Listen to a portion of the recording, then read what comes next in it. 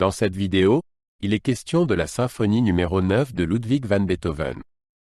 Je t'explique l'essentiel sur l'œuvre et sur le compositeur. Ludwig van Beethoven était un compositeur allemand qui a vécu de 1770 à 1827.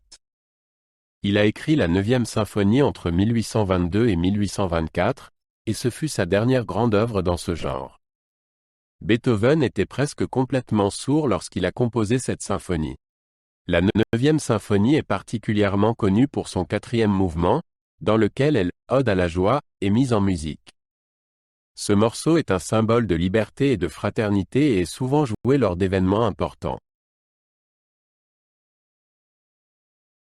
La 9e symphonie a été jouée pour la première fois le 7 mai 1824 à Vienne.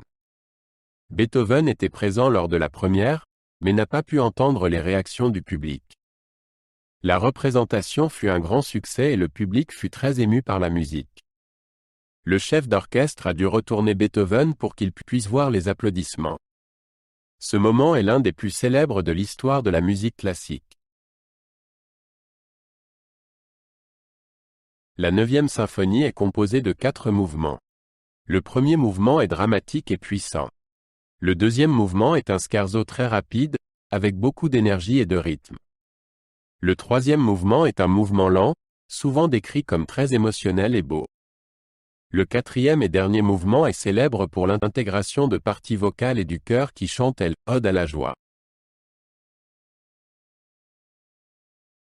Elle, Ode à la joie, est un poème de Friedrich Schiller que Beethoven a mis en musique dans la 9e symphonie.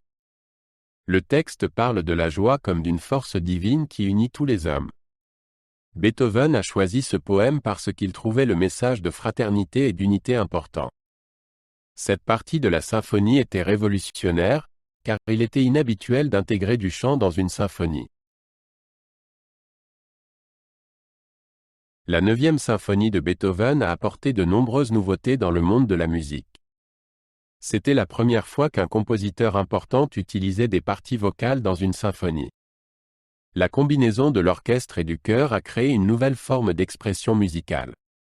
Beethoven a également étendu la longueur et la portée de la symphonie, ce qui en a fait l'une des œuvres les plus longues et les plus complexes de son époque.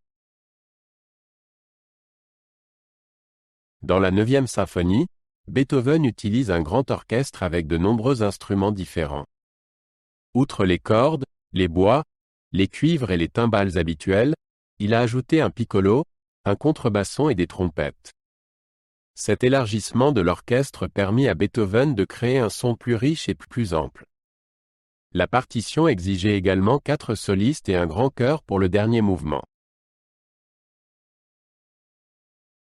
Après sa création, la 9e symphonie de Beethoven est rapidement devenue l'une des œuvres les plus célèbres de la musique classique.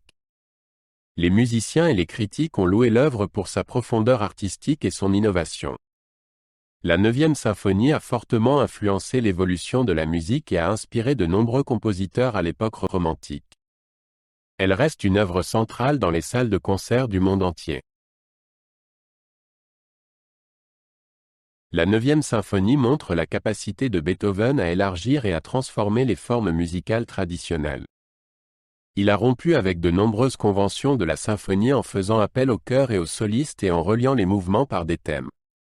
Cette approche a fait de la symphonie une œuvre cohérente et holistique, qui est plus que la somme de ses parties. Les innovations de Beethoven dans la 9e symphonie ont ouvert la voie à des développements musicaux ultérieurs. La 9e symphonie de Beethoven reste un puissant symbole de liberté et de fraternité. Son message et sa musique parlent aux personnes de toutes les générations.